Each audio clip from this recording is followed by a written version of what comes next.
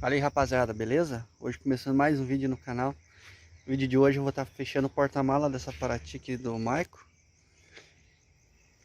Vamos estar fazendo o fechamento de lateral ali, essa parte de cima ali. Trocando o carpê, tudo.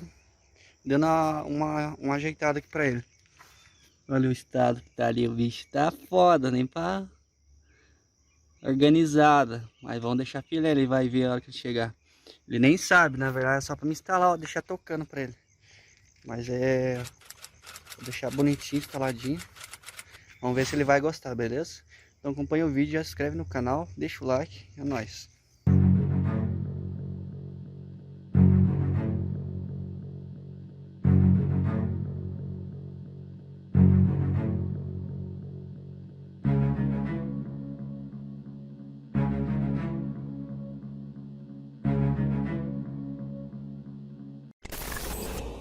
Olha o que eu trouxe, olha que tu vai voltar embora, Del.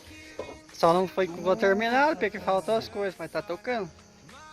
Ô louco, dono, caralho, velho, mudou tudo.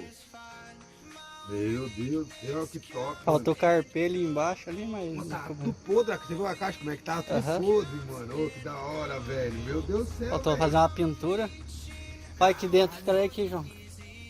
Porra, que mudança, viu, Del? Nossa senhora, mano.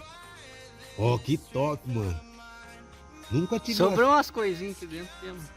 Sobrou. Você viu a carreira que eu trouxe, Pia?